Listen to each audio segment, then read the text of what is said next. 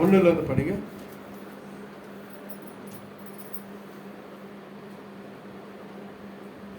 அன்றியும் ஒரு பெரிய அடையாளம் வானத்திலே காணப்பட்டது. ஒரு ஸ்திரீ சூரியனை அணிந்திருந்தாள். அவள் பாதங்களிலே கீழே சந்திரனும் அவன் சிரசின் மேல் 12 நட்சத்திரங்களும் கிரீடமும் இருந்தது. அவள் கர்ப்பவதியாயிருந்து பிரசவ வேதனை அடைந்து பிள்ளை பெறும்படி வருத்தப்பட்டு அலறினாள். அப்பொழுது வேறொரு அடையாளம் வானத்திலே காணப்பட்டது. 7 தலைகளையும் 10 கொம்புகளையும் தன் தலைகளின் மேல் 7 முடிகளையும் முடிய சிவப்பான பெரிய வலு சர்ப்பம் இருந்தது. ஹல்லேலூயா. ஒரு ஸ்திரீ சூரியனை அணிந்து கொண்டிருந்தாள். அவளுடைய பாதம் கீழே சந்திரன் இருந்தது. 12 நட்சத்திரங்கள் உள்ள கிரீடத்தை அவள் தன் தலையிலே தரித்துக் கொண்டிருந்தாள்.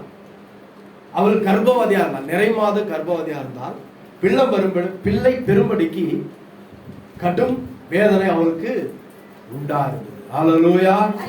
அப்படியே நீங்க தொடர்ந்து கீழே படிச்சீங்கன்னாக்கா அந்த பிள்ளையை அவள் பெற்றெடுத்தாள் என்று சொன்னார்.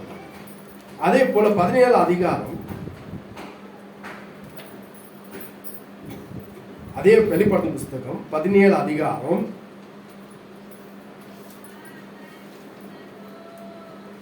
4 வசனத்தை படிங்க.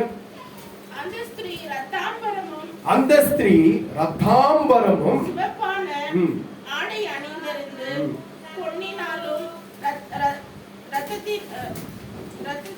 ரத்தங்களினாலும் முத்துக்களினாலும் சிங்காரிக்கப்பட்டு தன் வேஷித்தனமாகிய அருவருப்புகளாலும் அசுத்தத்தாலும் நிறைந்த பொற்பாத்திரத்தை தன் கையிலே பிடித்து இருந்தார். அல்லேலூயா. அல்லேலூயா. 2 ஸ்திரீ பார்த்தோம். ஸ்திரீ என்றால் பெண் இல்லைங்களா? அங்க ஒரு ஸ்திரியை பார்த்தோம், இங்க ஒரு ஸ்திரீ பார்த்தோம். இந்த ஸ்திரீ எப்படி இருக்கார் என்றால் அலங்கரிக்கப்பட்ட ரத்தனங்களினாலும் பொன்னினாலும் எப்படியா இருக்கார்? முத்துக்களினாலும் சிங்காரிக்கப்பட்டு தன் வேஷத்தனமாகிய அருவருப்பினால் அசுத்தத்தாலும் நிறைந்த பொற்பாத்திரத்தை தன் கையிலே பிடித்து இருந்தாள். ஹல்லேலூயா. ஸ்திரீ ரத்தாம்பரமும் சிவப்பான ஆடை அணிந்திருந்து பொன்னினாலும் ரத்தனங்களினாலும் முத்துக்களினாலும் அலங்கரிக்கப்பட்டு இருந்தாள். அங்க ஒரு ஸ்திரீ சூரியன் அணித்துக் கொண்டிருந்தால் அவளுடைய தலையில 7 நட்சத்திரங்களுடைய கிரீடம், அதாவது 12 நட்சத்திரங்களுடைய கிரீடம் அணிவிக்கப்பட்டு இருந்தது. அவள் கர்ப்பவதியா இருந்தாள். அல்லேலூயா. 2 ஸ்திரியை பார்க்கிறோம், 2 பெண்களை நாம் பார்க்கிறோம். முதல்ல ஒரு காலத்துல நீங்க பாத்தீங்கன்னாக்கா அந்த கடல் சீற்றங்கள் வந்தால், புயல் வந்தால் அதுக்கெல்லாம் பேர் வைப்பாங்க. கவனித்திருப்பீங்கன்னு நினைக்கிறேன். அந்த பேரெல்லாம் நீங்க பாத்தீங்கன்னாக்கா பெண் பேரா தான் இருக்கும். என்ன பேரா இருக்கும்? பெண்கள் பேரா தான் இருக்கும். ஒரு அல்லேலூயா. பெண்களுடைய பேரா தான் இருக்கும். எந்த ஒரு புயல் வந்துச்சுனாக்கா அது ரீட்டா அப்படின்னு சொல்லி அதுக்கு பேர். அது மாத்திரம் இல்ல, இன்னைக்கு நாம் பேசுற மொழிக்கும் என்ன பேர்? அதுக்கு எப்படி ஒரு பெண்ணு குறித்தா வைப்பாங்க. உன் தாய் மொழி என்ன? அல்லேலூயா. அப்படித்தானே கேட்கிறோம். உன் தாய் மொழி என்ன? அப்புறம் உன் தாய் நாடு எது? வெளிநாட்டுல போயிட்டா உன் தாய் நாடு எது? இந்தியா அப்படின்னு சொல்லுவாங்க. கரெக்டா? உன் தாய் மொழி எது? எல்லாமே ஒரு பெண்ணை தான் அங்க என்ன பண்றாங்கன்னா குறிப்பிடுறாங்க. அதே போல நம் வேதத்துல பார்க்கும்போது ஆவதும் பெண்ணாலே மனுஷன் அழிவதும் பெண்ணாலே. அல்லேலூயா. புத்தியுள்ள ஸ்திரீ தன் வீட்டை கட்டுகிறாள், புத்தி இல்லாதவளோ தன் கையினாலே அதை இடித்து போடுகிறான் அப்படின்னு நீதிமொழியில நீங்க பாத்தீங்கன்னாக்கா இருக்கும். வேதம் கூட நம்ம வேதத்திலிருந்து பார்த்தா கூட சாத்தான் பெண்களை தான் பயன்படுத்தியிருக்கான். யாரை பயன்படுத்தியிருக்கிறான்? பெண்களை. அல்லேலூயா. முதல் ஒரு பெண்ணை பயன்படுத்தினான். அந்த பெண் யாருன்னா ஆதாம். ஏவா. அதான் நான் ஷாக் ஆயிட்டேன். எப்போ பெண்ணுக்கு ஆதாம் என்று பேர் வைத்தாங்க. ஏவா கரெக்டா பயன்படுத்துறான். அவர்கிட்ட ஒரு வீக் இருந்தது. அல்லேலூயா. வேதம் சொல்லுகிறது பெண்கள் பலவீனமானவர்கள், பலவீனமான பாண்டுகள் அவர் அப்படின்னு சொல்லுகிறது. அதனாலதான் சபையில நல்லா புரிஞ்சுக்குங்க. இன்னைக்கு சபை மாற்றப்பட்டிருக்கு. சபையில இருக்கிற கொள்கைகள் தேவனுக்கு விரோதமா மாற்றப்பட்டிருக்கு.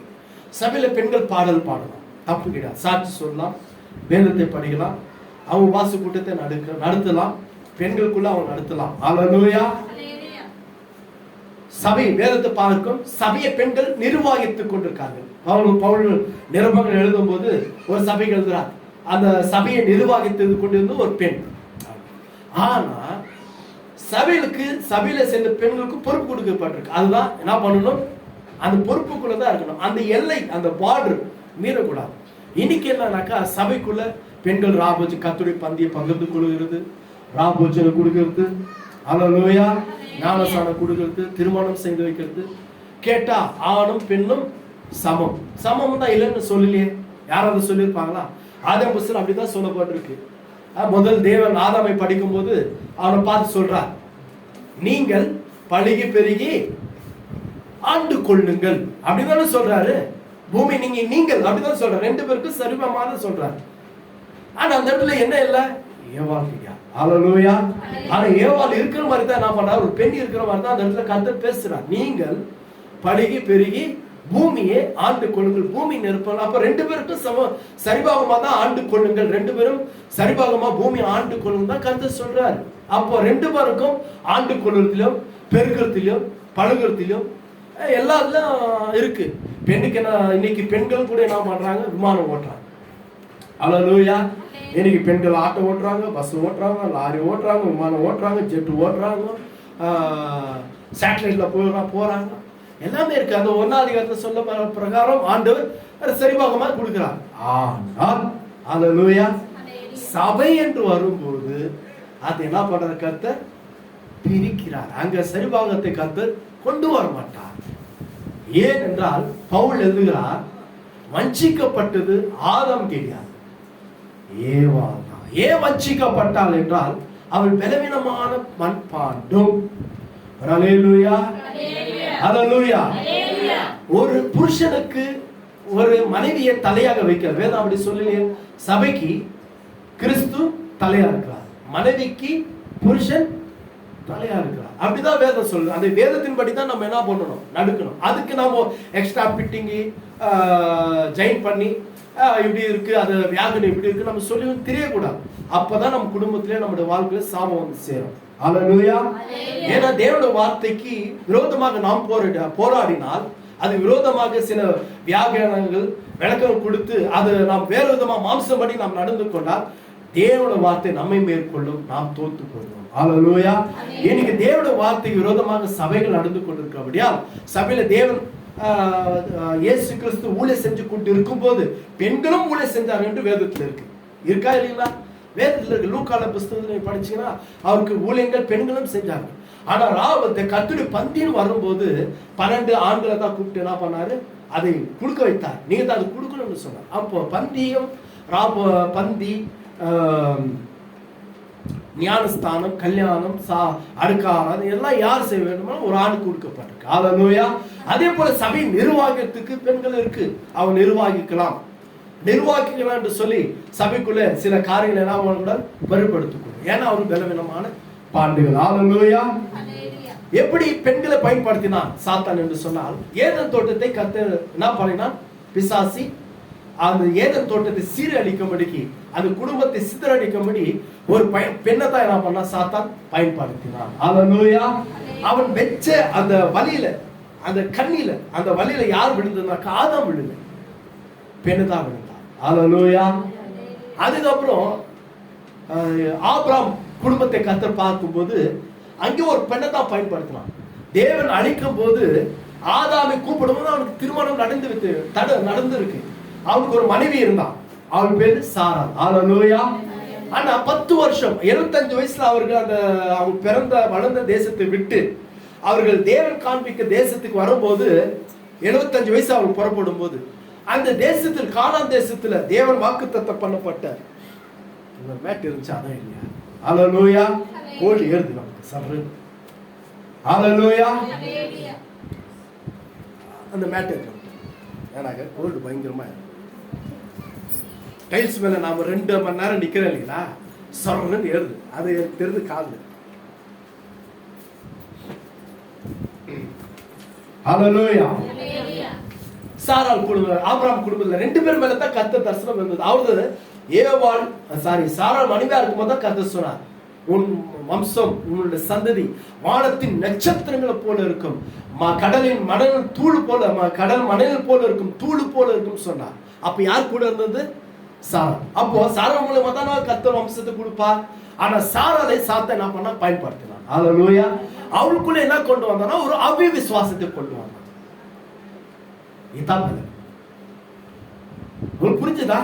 இந்த விசுவாசம் ஒண்ணு இருக்கு இல்லையா?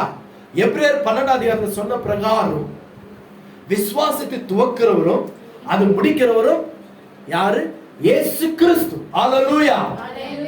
அந்த விசுவாசத்தை நமக்குள்ள வைத்ததுனால தான் இன்னைக்கு நாம் கிறிஸ்துவர்கள், தேவனுடைய பிள்ளைகளா இருக்கும். இந்த சபைக்குள்ள நீயும் நானும் இருக்கிறோம். இதோ அந்த விசுவாசத்தை விட்டு விலகாதபடிக்கு நாம் நிலைத்திருக்கிறோம். பேதுரு பார்த்து சொன்னார் கர்த்தர், பேதுருவே சாத்தான், உன் விசுவாசம் ஒளிந்து போகும்படிக்கு என்னிடத்தில் உத்தரவு பெற்றுக் கொண்டான். நானோ உன் விசுவாசம் ஒளிந்து போகாதபடிக்கு உனக்காக வேண்டிக் கொண்டேன். ஹல்லேலூயா. அப்ப விசுவாசம் ரொம்ப முக்கியம் நமக்குள்ள. அந்த விசுவாசம் இருந்தால் தான் ரட்சிப்பை நாம் பாதுகாத்துக் கொள்ள முடியும். அப்ப ஏவாளுக்குள்ள அந்த அவிசுவாசத்தை கொண்டு வந்தான். அந்த அவிசுவாசம் எப்படி கொண்டு வந்தான்? ஆசை தூண்டி விட்டான். ஆசை தூண்டி விட்டான். ஹல்லேலூயா. அந்த ஆசை தூண்டி விட்டு அந்த விசுவாசத்தை கவிழ்த்து போட்டான். வேதம் சொல்கிறது, உங்களுடைய வெளியேற பெற்ற விசுவாசம் என்று படகு கவிழ்ந்து போகாதபடிக்கு நீங்கள் ஜாக்கிரதையா இருங்கள். ஹல்லேலூயா. படகு விசுவாசம் என்று படகு கவிழ்ந்து போகாதபடிக்கு நீங்கள் ஜாக்கிரதையா இருங்க. இந்த விசுவாசத்தை ஒளிந்து போக முடியும். இந்த விசுவாசத்தை ஒளிந்து விட்டா போதும். இந்த விசுவாசத்தின் படகு என்று ஓட்ட, அதுல ஒரு ஓட்டை போட்டா போதும், முழுகிப்படும். விசுவாசம் பாதுகாக்கணும். ஹல்லேலூயா. ரொம்ப ஜாக்கிரதையா இருக்கணும். ரொம்ப ஜாக்கிரதையா இருக்கணும். நம்ம வரம்பு மீறக்கூடாது. கர்த்தர் என்ன சொன்னாரோ அதை விட்டு தூரம் போடக்கூடாது. தூரம் போனாதான் நம்முடைய விசுவாசத்துல ஓட்ட விழும், படகு ஒழுகி போகும். 2வது சாராளை எப்படியே மாத்தினா? அவனுக்குள்ள ஒரு அவிசுவாசத்தை கொண்டு வந்தான். ஆனா ஆபிரகாம் அப்படி இல்லை. வேதம் என்ன சொல்றது? சாட்சி கொடுத்து ஆபிரகாம் பத்தி, ஆபிரகாம் விசுவாசத்துல பலவீனமா இருக்காமல் பலமுள்ளவனா இருந்தான். அவன் விசுவாசத்தின் வீரன். அதனால்தான் இன்னைக்கு நமக்கு எல்லாருக்கும் அவன் தகப்பனாய் இருக்கிறான். ஆனா சாராள் விசுவாசத்தின் தாய் என்று அழைக்கப்படவில்லை. அவன் விசுவாசத்துல பலவீனமா இருந்தான். அவனுக்குள்ள ஒரு பலவீனத்தை கொண்டு வந்தான் சாத்தான். என்னன்னு? ஒரு விதை விதைத்தான். நீ ஒரு மல்லிடி. ஹல்லேலூயா. நீ ஒரு மல்லிடி. நீ பிள்ளை பெருக்க முடியாது. ஏனென்றால் உனக்கு வயசாகி கொண்டே இருக்கு. உன்னுடைய அந்த வழிபாடு நின்று விட்டது. வழிபாடு நின்றுச்சுன்னா குழந்தை பெருக்காது. உன் சரீரம் மங்கி போய் கொண்டிருக்கு, கர்ப்பப்பை செத்து கொண்டு இருக்கு. அப்படி இருக்கும்போது தேவன் உனக்கு எப்படி பிள்ளை கொடுப்பார்? 75 வயசுல நீங்க புறப்பட்டீங்க, தேசத்துக்கு இங்க வந்து சேர்ந்தீங்க. இதோ 10 வருஷம் ஆச்சு. 85 வயசு. சாராளுக்கு 75 வயசு, ஆபிரகாமுக்கு 85 வயசு. இன்னும் குழந்தை இல்லையே. ஹல்லேலூயா. இப்படி பல சந்தேகங்களை என்ன பண்ணனா சாராளுக்குள்ள உண்டாக்கணும். ஆமால, கரெக்ட். ஆண்டவர் என் மூலமா இல்ல, வேற யாராவது என் புருஷன் நல்லா தான் இருக்கிறாரு. ஆபிரகாம் தானே சொன்னார், எனக்கு சூழ்நிலை இது. ஆபிரகாம் சொன்னாரு சாராளுக்கு சேர்ந்து சொன்னதான். ஹல்லேலூயா. அந்த வாக்கு தத்துவம் சாராளுக்கு சேர்ந்துதான். அந்த தரிசனம் சாராளுக்கு சேர்ந்துதான். ஆனால் அவன் பலவீனம் ஆயிட்டான். சாத்தான் உள்ள போந்தான், குடும்பத்தை என்ன பண்ணிட்டான்? ஒடிச்சிட்டான். ஹல்லேலூயா. ஹல்லேலூயா. ஒடிச்சா இல்லைங்களா? சாபம் வந்து சேர்ந்துச்சா இல்லையா? இன்னைக்கு நடக்குதா இல்லையா? இன்னைக்கு அங்கங்க அந்த சந்ததியை பார்த்து என்ன சொன்னார்? அவன் துஷ்டன். அந்த சந்ததி துஷ்ட சந்ததியா இருக்கும், துன்மார்க்க சந்ததியா இருக்கும். இன்னைக்கு இருக்கா இல்லையா அந்த துஷ்ட சந்ததி? ஹல்லேலூயா. தெரியுதா இல்லைங்களா? பாக்குறீங்களா இல்லையா அந்த சந்ததி? சொல்லுங்க, இருக்கா இல்லையா அந்த சந்ததி? அந்த சந்ததி எது தெரியும்? அப்படியே வச்சுக்கொள்ளுங்க. ஹல்லேலூயா. துஷ்ட சந்ததி அப்படி இருக்கு. ஏன் வேண்டாம்? ஹல்லேலூயா. எல்லாத்திலிருந்து கர்த்தர் என்ன பண்ணாரு உங்களை? அவருக்கு நீ ஆபிரகாம் சந்ததி, நோவா சந்ததி அப்படியெல்லாம் கிடையாது. நீங்க எல்லாரும் யார்கிட்ட வரணும்? தேவன்கிட்ட. ஹல்லேலூயா. நீங்க அடிமை தினத்திலிருந்து விடுதலாக்கி யாருக்கு பிள்ளைகளா மாறணும்? தேவனுடைய பிள்ளைகள். நம்ம எல்லாரும் யாரு? தேவனுடைய பிள்ளைகள். இன்னைக்கு நாம் அப்பா பிதாவே என்று சொல்லிதான் தேவனை கூப்பிடுறோம். இப்ப அந்த ஸ்திரீகளை கொண்டு வந்த இல்லைங்களா? ஆனா இன்னொரு ஸ்திரியை கர்த்தர் காட்டலாம், வெளிச்சம் போட்டு காட்டலாம். ஹல்லேலூயா. நீங்க சாராளை பின்பற்ற கூடாது, சாராளை முன்மாதிரியா எடுத்துக்கொள்ள கூடாது, ஏவாளை முன்மாதிரியா எடுத்துக்கொள்ள கூடாது. ஆனா ஒரு ஸ்திரீ நீங்க முன்மாதிரியா எடுத்துக்கொள்ள. ஹல்லேலூயா. அதுல பல ஸ்திரீ இருக்காங்க. எஸ்தர் இருக்கிறா. அப்புறம் சொல்லுங்க வேற யாரு? நியாயாதிபதியில யாருக்கு? ரெபெக்காள், ரூத், இதெல்லாம் ஒரு முன்மாதிரியா இருக்காங்க இல்லையா? ஆனா நான் சொல்ற ஒரு ஸ்திரீ சாராளுக்கும் ஏவாளுக்கும் மேற்பட்டவளா இருக்கா. அவள் யார் என்றால் மரியாள். ஹல்லேலூயா. ரூத் எல்லாம் வந்து ஒரு குடும்பத்தின் ஸ்தானத்துக்குள்ள வந்து அவளுக்கு ஒரு முன்மாதிரியா இருந்தான். ஏன்னா அவங்க கொடுக்கப்பட்ட அன்பின்படி விசுவாசத்தின்படி அவங்க எப்படி வந்தாங்க, சேர்ந்தாங்க. ஆனா மரியாளுக்கு என்று சொல்லப்பட்டது ரொம்ப வித்தியாசமானது. அவளுக்கு நிச்சயமாக்கப்பட்டது. ஒரு யோசிப்பு என்று ஒரு நீதிமான கர்த்த அவங்க குடும்பத்துல நியமிக்கப்பட்டாங்க. அப்ப இப்ப வந்து தேவதூதன் வந்து சொல்றாரு, மரியாளே நீ வாழ்க, ஸ்திரீக்குள்ள நீ ஆசீர்வதிக்கப்பட்டவள். ஹல்லேலூயா. நீ ஒரு குமாரனை பெறுவாய் அப்படின்னு சொல்லும் போது அவளுக்கு ஆச்சரியம் ஆயிடுச்சு. அவன் நினைச்சிருப்பான் அந்த வார்த்தை சொல்லும் போது, என் புருஷ கல்யாணம் ஆயிட்ட பிறகு ஒரு குழந்தை பெற்று. ஆனா அவரு கபிரியேல் தூதன் சொல்றாரு, நீ ஒரு குழந்தை பெறுவாய், அவருக்கு இயேசு என்று பேரிடுவாய் என்று சொல்லு. ஹல்லேலூயா. அந்த வார்த்தை பாருங்க, விசுவாசத்தின் வார்த்தை ரொம்ப முக்கியம். எப்பவுமே விசுவாசத்தின் வார்த்தை நீங்க என்ன பண்ணுங்க, டெலிவரி பண்ணுங்க. எப்ப பாரு அவிசுவாசத்தை டெலிவரி பண்ணுங்க. அதனால தான் நம்மளுடைய சாபம் நம்ம குடும்பத்துல வந்து சேருது. கரெக்டா? பிள்ளைகளை சபிக்கிறது, புருஷனை சபிக்கிறது, மனைவியை சபிக்கிறது, குடும்பத்தை சபிக்கிறது, நாசமா போவ, உருப்பட மாட்டேன். ஹல்லேலூயா. நம்ம இப்படிதான் பிச்சைக்காரனாதான் இருக்கணும், எதுக்கு நீ இப்படி இருக்க, இப்படி அந்த டிலவர்ஷன். ஏன்னாக்கா வேதம் என்ன சொல்றதுன்னா, இயேசு சொல்றார், உன் வாயின் வார்த்தையில தான் என்ன இருக்கு, ஆசீர்வாதமும் சாபமும் அடங்கியிருக்கு. ஹல்லேலூயா. நாம் கிறிஸ்தவர்கள், நாம் தேவனை துதிக்கிறோம், இந்த வாயினால் தான் துதிக்கிறோம். அப்ப இந்த வாயினால் தான் டிலவர்ஷன், அந்த வார்த்தை வெளியே விடணும். ஆசீர்வாதமான வார்த்தை வெளியிடணும், விசுவாசத்தின் வார்த்தை வெளியிடணும். அதை கர்த்தர் கிரியை செய்வார். செய்வாரா இல்லையா? செய்வார். ஹல்லேலூயா. பாருங்க, மரியாள் இப்போ கபிரியேல் தூதன் சொல்லும் போது அவர் வார்த்தை நியாயமானபடி ஒரு வார்த்தை உச்சரித்தான். ஐயோ, நான் புருஷனை அறியேன், நான் புருஷன் அறியேன், எனக்கு எப்படி குழந்தை பிறக்கும்? இது நியாயமான மாதிரி வார்த்தை. கபிரியேல் சொன்னார், ஆமா, ஆனா உண்மையில பரிசுத்த ஆவியானவர் நிழலிடுவார், நீ கர்ப்பவதி ஆகுவாய், நீ பெற்றெடுக்கிற பிள்ளை பரிசுத்தமான பிள்ளை, நேசியா. ஹல்லேலூயா. உடனே அவன் என்ன சொன்னா தெரியுமா? அது கீழே நீங்க படிச்சீங்கன்னாக்கா, நீர் சொன்னபடி ஆகட்டும், நான் என் ஆண்டவருக்கு அடிமை. ஹல்லேலூயா. இது அந்த வார்த்தை ஒரு வார்த்தை சொல்றான் கபிரியேல், என்னன்னு, தேவனால் கூடாத காரியம். அது அப்படியே விசுவாசித்தான். ஏன்னா இயற்கையின்படி ஒரு கணவன் மனைவி சேர்ந்து வந்தாதான் குழந்தை பெற்றுக்கொள்ள முடியும். இதுதான் இயற்கை, இதுதான் சயின்ஸ், இதுதான் அறிவியல், இதுதான் இங்க எல்லாமே. அதை தாண்டி ஒரு பிள்ளை பெற்றுக்க முடியாது. ஆனா தேவனால் கூடும். இந்த பிள்ளை பெருக்கிறது தேவனால் கூடும். நீ புருஷனை அறியாமல் இருந்தாலும் உங்க பிள்ளை பெருக்கும், அது பரிசுத்தம் இல்லை. அப்படி என்ன பண்ணா அதை ஏற்றுக்கணும். ஏன்னா இஸ்ரவேல் சரித்திரத்துல பார்க்கும்போது அது மாதிரி இல்லவே இல்லை. உலகத்தின் இயற்கையின்படி பார்த்தா அப்படி இல்லவே இல்லை. அவளும் பார்த்தது கிடையாது, அவளுக்கு யாரும் போதது கிடையாது. ஆனால் அவள் என்ன பண்ணனா, அதை அப்படி முழுமானதோடு ஏற்றுக்கொண்டாள், விசுவாசித்தாள். ஆம், நான் ஆண்டவருக்கு அடிமை, நீ சொல்லபடி எனக்கு நடக்கட்டும். ஹல்லேலூயா. அதனாலதான் இன்னைக்கு மரியாள் ஸ்திரீ. எல்லா உலகத்துல எத்தனை ஸ்திரீ இருக்கு, நீங்க எல்லாம் ஸ்திரீ தானே.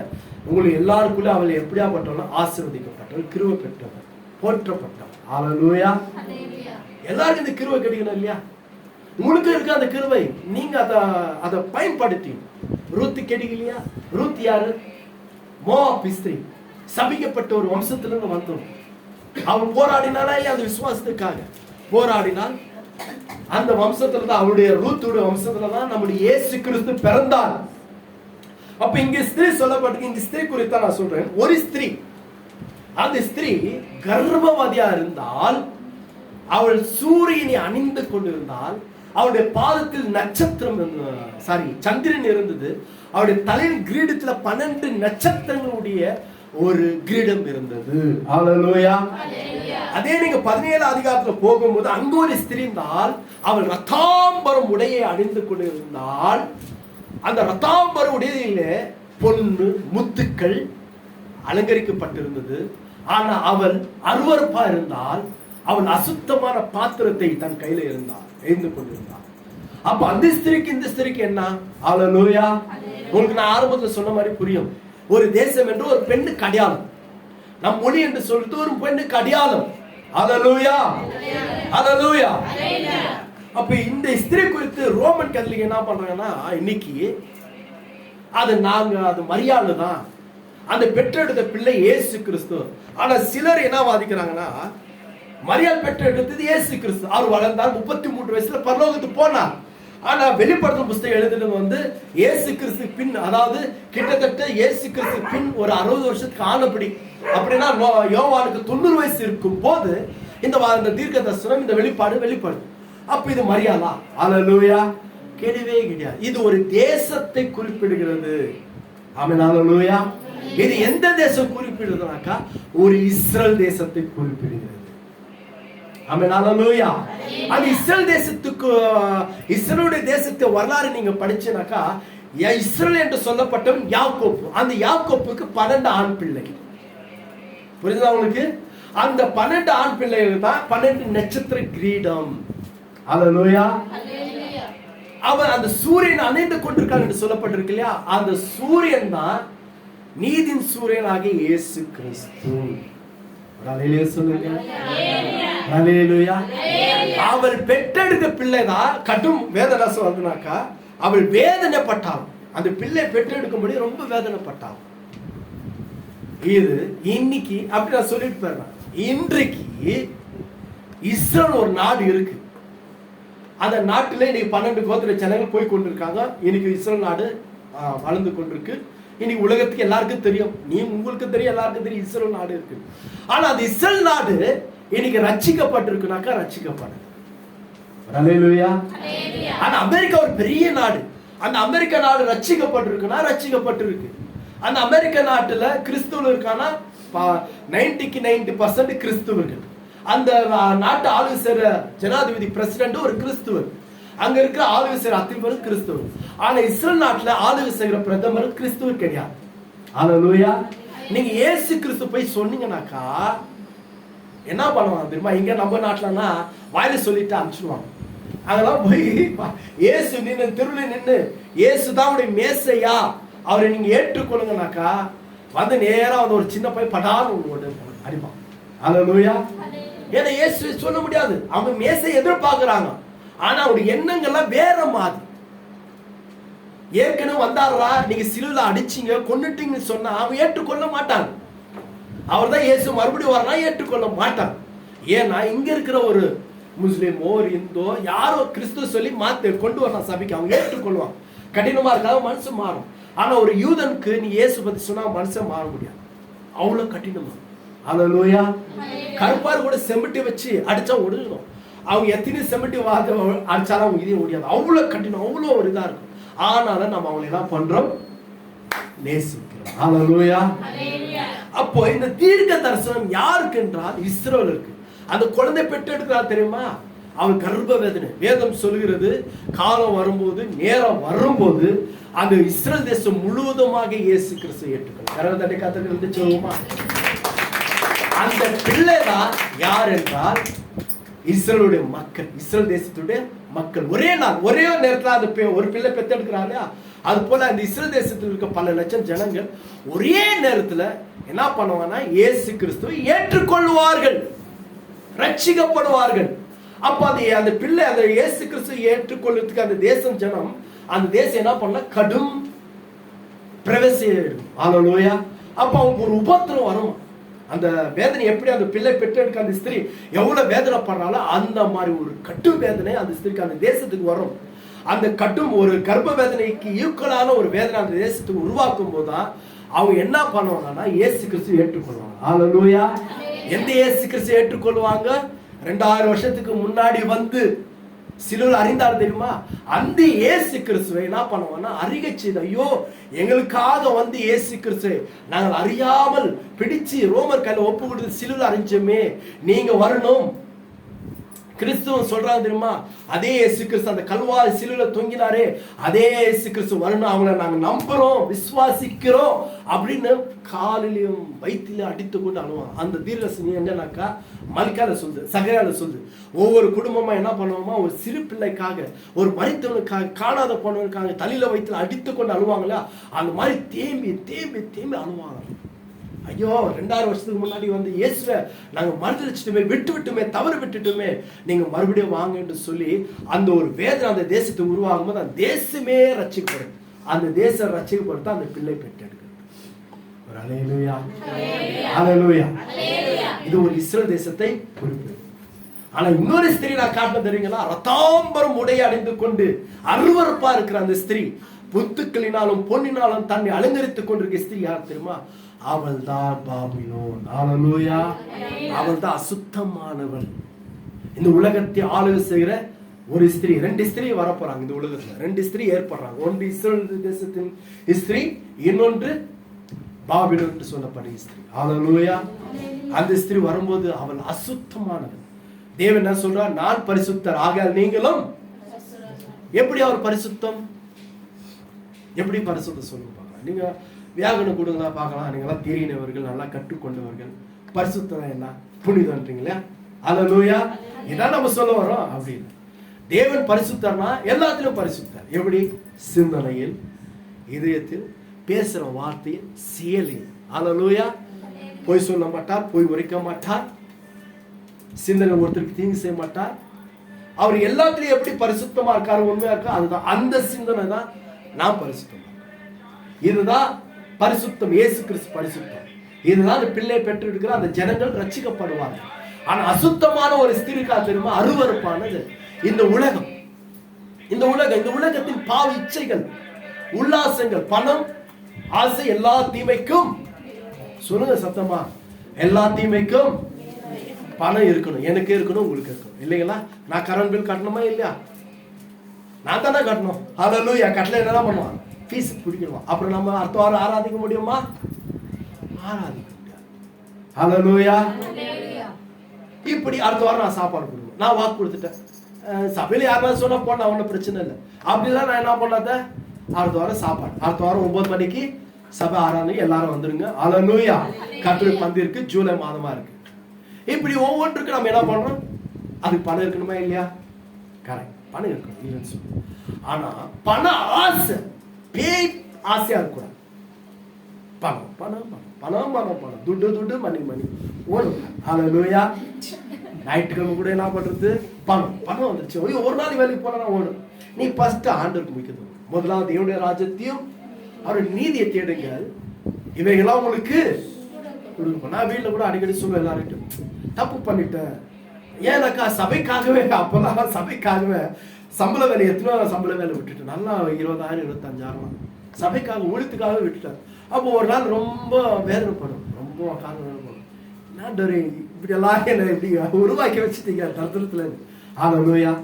இன்னைக்கு கர்த்தர் அப்படியே இன்னைக்கு ஆசீர்வதிச்சிருக்கார், பொருளாதார ஆசீர்வதிச்சிருக்கார். அல்லேலூயா. நீ ஃபர்ஸ்ட் முதலாவது ஆவிக்குரிய ஆசீர்வாதத்தை பெற்றுக்கொள். ஆவிக்குரிய ஆசீர்வாதம் பரலோகத்தில் வரக்கூடிய ஆசீர்வாதம். ஞானம், அறிவு, பரிசுத்தம், தேவனுக்கு ஏற்றமான நடவடிக்கை, கனிக்குள் கொடுக்குது. நீ இதுல நீ தேடிட்டு நினைச்சுக்க, வந்துட்டு நினைச்சுக்க. இந்த உலகத்துல இருக்க ஆசீர்வாதம் பொண்ணு வெளியில அவருக்கு தான். அவர் கொடுக்க மாட்டார். அவனுக்கு ஒரு வாசம், ஒரே ஒரு கதவு, ஒரு ஜன்னல் கதவு வேண்டாம், ஒரு ஜன்னல் ஓபன் பண்ணி மாட்டா கொட்டு கொட்டு போகுது வீட்டுல. அல்லேலூயா. பணமா வரப்போகுது. அவன் அல்லேலூயா. அது எப்படின்னா அவருக்கு தெரியும். அவருக்கு ஞானம், அவரு ஒரு வார்த்தை சொன்னா போதும் உங்க வீட்டுல பணம் கொட்டும். அல்லேலூயா. அது எப்படின்னா ஒரு பிசினஸ் ஆசீர்வதிப்பார். 4 இடத்துல உங்களுக்கு ஓப்பன் ஆகும் டோர். 4 இடத்துல வந்து உங்கள்கிட்ட என்ன பண்ணுவோம்? பிசினஸ் பண்ணுவோம். 10 ரூபாய் இந்த 10 ரூபாய் பொருள்னாக்கா நீ 30 ரூபாய் கொடுக்க, 20 ரூபாய் வருது இல்லையா? இல்ல வேலை கான்ட்ராக்ட் என்ன பண்ணுவார்? கர்த்தர் உனக்கு திறந்து கொடுப்பார். 2-3 பேர் வந்து அப்பா வந்து வேலை செய்ப்பா, கான்ட்ராக்ட் எடுத்துக்கோ. இதுதான் ஆசீர்வாதம். இப்படிதான் வரும். உன்னை அப்படியே பொருளாதாரம் என்ன பண்ணுவார்? அப்படியே ஆசீர்வாதம். அல்லேலூயா. நீ முதலாவது தேவனுக்கு அவருடைய நீதி நியாயத்தை தேடலனா, ராஜ்யத்தை தேடலனா, நீ சபைக்கு வரலாம் ஞாயிற்றுக்கிழமைனா, ஞாயிற்றுக்கிழமை ஏதோ குறை சொன்னா கர்த்தர் ஏதாவது அந்த பணத்தை என்ன பண்ணுவார், சைடில் எங்கன்னா அனுப்பி விட்டுருவார். அல்லேலூயா. மல்கால இருக்கு, நீங்க போய் கஷ்டப்பட்டு என்ன பண்றீங்க, மலை ஏறி கஷ்டப்பட்டு சம்பாரிச்சு கொண்டு வரீங்க. ஆனா நான் என்ன பண்றேன்னா ஊதுறேன், அதை அப்படியே பறந்து போயிடுது. நீங்க கொண்டு வரீங்க, நல்ல பையில போடல, எதுல போடுறீங்க, பொத்தில் பையில போடுறீங்க, அதெல்லாம் என்ன ஆயிடும், அடி போயிட்டு இருக்கும். அல்லேலூயா. இதுல ஆசீர்வாதமா முதலாவது தேவனுக்கு நீதியும் அதாவது ராஜ்யத்தையும் அவர் முதலாவது அவருக்கு ஃபர்ஸ்ட் கொடுத்துருங்க. அந்த நைட் ஒரு நாள் தானே நான் வரும்போதெல்லாம் நீங்க வர போறீங்க, ஏதாவது ஒரு வீட்டில் ஜபம் கூட்டதான் வர போகல. அல்லேலூயா. நானும் சரி அதை அட்ஜஸ்ட் போயிடுறேன், ஏதோ நான் பேசிக்கிறதுல வரவங்க வராங்க சந்தோஷம். நைட்டும் ஒரு நாள் நம்ம ஆண்டவருக்கு முக்கியத்துவம் கொடுக்கணும் இல்லைங்களா. வாரத்தில் வரீங்க, ஆனால் அந்த வாரம் 2 பேர் ஆப்சன்ட் ஆகிடுவாங்க. அல்லேலூயா. அப்படி இருக்குல்ல, ஒரு முழு மனம் தொடுங்க. காலங்கள் நிறைய வரும்போது கர்த்தர் உன்னை ஆசீர்வதிச்சு உயர்த்துவார். உன் பிள்ளை நிச்சயமா நான் சொல்றேன், இந்த இடத்துல ஆண்டவர் சம்பந்தம் நின்று சொல்றேன், உன் பிள்ளைகளை கர்த்தர் நாளைக்கு வளரும்போது அவனை நல்ல ஒரு ஆசீர்வாதமான இடத்துல வைப்பார். இன்ஜினியர், டாக்டர், நல்ல ஒரு பிசினஸ்ல படிப்பு கூட இல்லையா, அவனுக்கு நல்ல ஞானத்தை கொடுத்து நல்ல வியாபாரம் செய்யும்படி வச்சுவார். ஏதோ ஒரு உன் பிள்ளைகளை என்ன பண்ணுவார் ஆசை, நீ அதுக்கு முக்கியத்துவம் கொடு. நீ ஒழித்தா உன் பிள்ளைகளை என்ன பண்ண, நீ கர்த்தருக்குன்னு முக்கியத்துவம் கொடுக்கும்போது, விசேஷமான இடம் கொடுக்கும்போது கர்த்தர் என்ன பண்ணுவாருன்னு ஆசீர்வாதம். அதனால இந்த உலகத்துல 2 ஸ்திரீ இருக்காங்க. ஒரு ஸ்திரீ இஸ்ரவேல், அப்புறம் இன்னொரு ஸ்திரீ அருவருப்பான. அது இஸ்ரேல் தேசத்தை விட்டுருங்க. அது நான் இன்னைக்கு நிறைய பேர் இந்த யூடியூப்ல யுத்தத்துக்கு கிறிஸ்துவெல்லாம் சப்போர்ட் பண்ணும்போது சொல்றாங்க, கிறிஸ்துவங்க இல்லையே, கிறிஸ்துவ அடிக்கிறாங்க, அவங்களுக்கு போய் நீங்க ஏன் சப்போர்ட் பண்றீங்க. அதுக்காக தான் இந்த வசனம் எடுத்தேன். அவங்க கண்டிப்பா என்ன பண்ணுவாங்க, ரட்சிக்கணும். கண்டிப்பா ஒரு தேசம் முழுவதும் ரட்சிக்கணும். இன்னைக்கு நம்ம குடும்பத்துல யார ரட்சிக்கப்பட்டிருக்கோம், மனைவியை ரட்சிக்கப்பட்டா மனைவிய சபைக்கு வந்தா புருஷன் வரல, கணவன் வரல, கணவனும் மனைவி வந்தா பெண்கள் வரல, கணவன் வந்தா மனைவி வரல. ஆனா அதே அப்படி இருக்காது, முழு தேசமும் ரட்சிக்கப்படும். அல்லேலூயா. அல்லேலூயா. ஆனா இன்னொரு ஸ்திரியா சொன்ன தெரியுமா, இன்னொரு பெண்ணு அவன் அருவருப்பான், அவன் அசுத்தம், எல்லாமே அசுத்தமா இருக்கும். அவர் வேஷி, வேதம் சொல்லுது அவர் வேஷி. அதான் சொல்லு, நான் சொல்லி முடிக்கிறேன். பரலோக போற வாசல் எப்படி இருக்குன்னா இடுக்கமான, இடிச்சு தான் என்ன பண்ணணும், பரலோகம் இது ஒண்ணு ஃபில்டர் பண்ணும். ஆனா நரகத்துக்கு போற வழி எப்படின்னா விசாலமானதான், ரொம்ப பெருசு. அதுக்கு ஃபில்டர்லாம் கிடையாது. இடுக்க அங்கங்க ஒரு இடுக்க வச்சுலாம் இருக்காங்களே, அதெல்லாம் கிடையாது. நீ எப்படி வேணாலும் வாழ். அல்லேலூயா. எப்படி வேணாலும் வாழ், எவ்வளவு வேணாலும் அசுத்தம் பண்ணு, எவ்வளவு வேணாலும் கெலிஜாரு, எவ்வளவு வேணாலும் எந்த பாவத்தை மனம் போல செய், தனி போல குடி பாவத்தை. அல்லேலூயா. யாரும் கேட்கல. நான் அது முடிவு எங்க இருக்குன்னாக்கா நரகமா இருக்கும். ஆனா இந்த ஸ்திரீ காட்டுறது தெரியுமா, அவள் கர்ப்ப வேதனை பட்டாலும் அவள் பரலோகத்து பிள்ளைகள் எங்க இருக்கும், பரலோகத்துல இருக்கும். அந்த பிள்ளை பெற்றோட அந்த பிள்ளை எங்க போச்சு தெரியுமா, பரலோகத்துக்கு போச்சு. பரலோகம் வேணுமா நரகம் வேணுமா, அது வேதனைப்படுற ஸ்திரீ வேணுமா, இல்ல ரத்தாவுக்கு ஒரு முடியை அடித்து கொண்டிருக்க இந்த ஸ்திரீ வேணுமா உனக்கு, நம்ம தான் தீர்மானம் பண்ணோம். அல்லேலூயா. ஆனா சில பெண்களை நான் என்ன பண்ணேன் சொல்லி, சாரால் ஏவால என்ன பண்ணா, அந்த பலவீனத்தை வச்சு என்ன பண்ணிட்டான் சாத்தான், அவிசுவாசி உருவாக்கி அது குடும்பத்தை ஒடிச்சிட்டான், ஆசீர்வாதத்தை சீர்கொழிச்சிட்டான். ஆனா சில பெண்களை ஆண்டவர் பயன்படுத்தி என்ன பண்ணாரு, உயர்த்தினார். ரூத்து, அப்புறம் எஸ்தர், இந்த மாதிரி பெண்கள். அல்லேலூயா. எஸ்தர்லாம் அடிமை பெண், அடிமையா இருந்தா, கர்த்தர் பயன்படுத்தலையா, அவள் கர்த்தருக்கு பயந்து இருந்தான். ரூத் யாரு, அவள் தேவனுக்கு பயந்து, அவள் தேவனை அறியாதவன். ஆனா மாமியார் மூலமா தேவனை அறிந்து கொண்டனால அவள் சந்ததி ஆசீர்வதிக்கப்பட்டது. உன் சந்ததி ஆசீர்வாதமா இருக்கணுமா, அம்மா நீங்க தான். அல்லேலூயா. ஏன்னா கர்த்தர் என்ன சொன்னாரு, ஏதேன் தோட்டத்துல உனக்கும் ஸ்திரிக்கும் பகை உண்டாகும். இன்னைக்கு எங்களுக்கு ஆம்பளுக்கும் சாத்தானும் ஒரு பகை கிடையாது, நல்லா புரிஞ்சுக்கிறோம். எங்களுக்கு ஒண்ணு அவனுக்கு வரல. பகைன்றது பகை, பகைனா என்ன தெரியுமா, பகை அது தலைமுறை இருக்கும். ஊர் பகை, நாட்டு பகை, ஈரானுக்கு இஸ்ரேல் பகை, இந்தியாவுக்கு பாகிஸ்தான் பகை எப்படி இருக்கு, அந்த மாதிரி ஒரு பகைன்றது உங்களுக்கும் சாத்தானுக்கும் காலகாலமா வந்து கொண்டிருக்கு இந்த பகை. அதனால்தான் ஸ்திரீல கொண்டு என்ன பண்றான், தேவன் பெரிய ஆசீர்வாதம் வைக்கிறாரா, அந்த ஸ்திரீ கொண்டு என்ன பண்றான், இன்னைக்கு நிறைய சபைகள் பாஸ்டர் அம்மானாலே கெட்டு போயிருக்கு. அல்லேலூயா. பெரிய ஊழலாம் ஒடிச்சு போயிருக்கு. இந்த ஜான் ஜெபராஜ் கேள்விப்பட்டீங்களா, ஜான் ஜெபராஜ் அந்த பையன் ஏதோ பண்ணா, அது எல்லாரும் அவனை திட்டுந்தான், அவனை கண்டம் பண்ணுந்தான். ஆனா அவன் ஜெயில் போனது யார் காரணம் தெரியுங்களா, அவன் மனைவி தான். ரிப்போர்ட் அப்படிதான் சொல்லுது. அல்லேலூயா. ரிப்போர்ட் அப்படிதான் சொல்லுது. அப்போ தலைவி மறு வெக்கப்பட்டு போனா, ஊழ உடைஞ்சிச்சா, சபையை உடைஞ்சிச்சு. சபை கோயம்புத்தூர்ல சொல்றாங்க 2000 பேர் இருந்தாங்க அந்த சபையில. எவ்வளவு பேரு? 2000 பேர் இருந்தாங்க. நம்ம சபையில வந்து ஒரு 30-40 இருக்கும். ஆனா என் தேவனுக்கு நான் இப்போட சொல்றேன், கோடி நன்றி. நிச்சயமா சொல்றேன். 18 வருஷம் 16 வருஷமா இந்த சபை நடக்குது. ஆனா இது வரைக்கும் ஒடிச்சு போல. ஹல்லேலூயா. ஒடியறதுக்கு நானும் விடல, ஒரு டைம் நானே விட்டு போயிட்டேன். ஆனா சபை ஒடியல. ஒரு நைட் கூட இந்த சபை ஆரம்பிக்கல. தேவன் பெரியவர். ஹல்லேலூயா. 2000 பேர் நான் அந்த சபையில, 2000 பேர் ஒடிஞ்சு போச்சு. இந்த மாதிரி சபையிலும் பெண்கள் பயன்படுத்தலாம். இன்னைக்கு நிறைய ஆத்மாவை கொண்டு வரது ஆண்கள் கிடையாது, பெண்கள் தான் சபையில. சபையிலுக்கு தேவன் நிறைய பெண்கள் பொறுப்பு கொடுக்குறா. ஜபிக்கிறதுக்கு கூட்டி ஜபை, எஸ்தர் ஜபெல்லாம் இருக்கு, ரெகபத் ஜபை, எதோ இருக்கு. பெண்கள் வந்து தேவன் பயன்படுத்துறதுக்கு பெண்கள் இடம் கொடுக்கணும். ஹல்லேலூயா. அதே போல பெண்களை பயன்படுத்தி சாத்தான் என்ன பண்ணுவான்?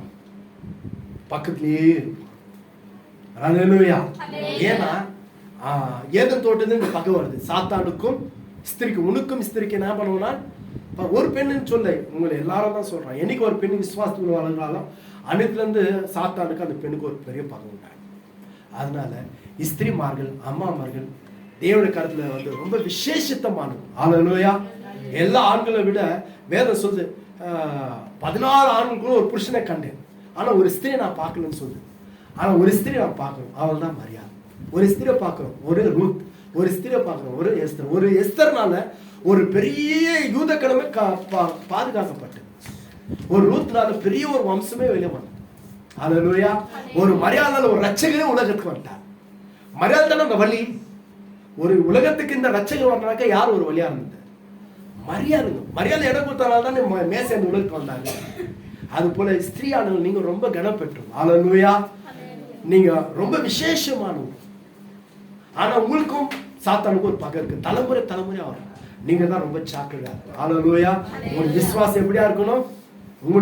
ஏன்னா நீங்க ரொம்ப பலவீனமானவங்க. எதுல ஒரு பலவீனம் இருக்கும். அந்த பலவீனத்தை பயன்படுத்தி உங்களே ஒடிச்சிடுவான், உங்களே நாசனம் பண்ணுவான், உங்க குடும்பத்தையும் நாசனம் பண்ணுவான், உங்க சபை உங்களே எல்லாத்தையும் நாசனம். அது அந்த பலவீனத்தை மட்டும் நீங்க இடம் கொடுக்காம நீங்க மட்டும் தைரியமா இருந்தீங்கன்னாக்கா உங்கள் மூலமா ஒரு வம்சம் காக்கப்படும். ஹல்லேலூயா. உங்க மூலியமா மேசியா வருவாரு. உங்க மூலியமா ரூத் மூலியமா தாவீது வந்தது போல உங்க மூலியமா பெரிய பெரிய ராஜாக்கள் உருவாக்கப்படுவாங்க. பெரிய பெரிய சபைகள் கட்டப்படும், ஆசீர்வதிக்கப்படும். கர்த்தர் உங்களை ஆசீர்வதிப்பார். எழுந்து நிற்போம், நாம் ஜெபம் பண்ணுவோம்.